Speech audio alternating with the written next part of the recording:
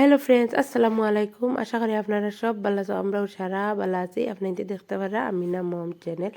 আর first রোজার first ইফতারি ready করার লাগে এখন ইফতারের রান্দা থামাইছি। ইনো চিকেন বানাই তৈছি আর ফতাবালা কর লাগে। আর ইফতারের লাগে ইনো আমি সপ্তাহ খাটিয়ে রাখছি।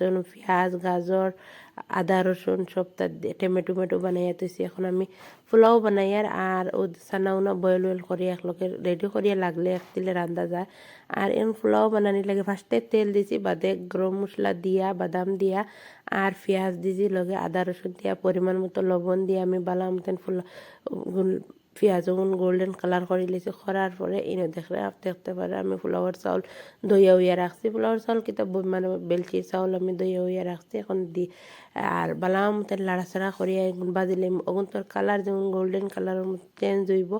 ওয়ার পরে আমি ও সাইডে দিয়ে গরম পানি করিয়া রাখছি, ও গরম পানি ফুটাই দিলাম।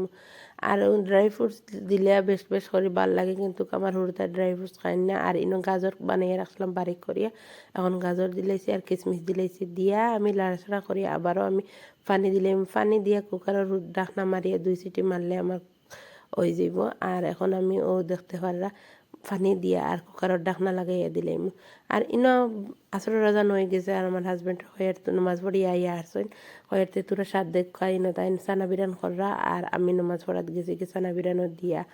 আর অলরেডি সানা বিরানোরা নাই ফাইতো সানা বিরান করা হয়ে গেছে। আর এখন আমি ও দেখতে পারা পেঁয়াজি বানাইবার লাগে আপনার তদিন দেখাইলাম তৈসলাম মনে নিমখ দিয়া তৈসলাম মানে পেঁয়াজ আর কাঁচামরিচ আর ইনো ফাইলেকে বাখর পাতা কপি দিছি দিয়া আর তুরা চাউলের গুঁড়া দিছি আর বেসন দিছি। দিলে বহুত সময় ক্রিপসি থাকে আর খাইতেও ভাল লাগে। পেঁয়াজ ওলা তোরা হালকা করে ভিডিও দিয়া আপনার দিয়া দেখবা চাউলের গুঁড়ি দিলে বহুত ভাল লাগে আর ক্রিপসি থাকে বহুত সময়।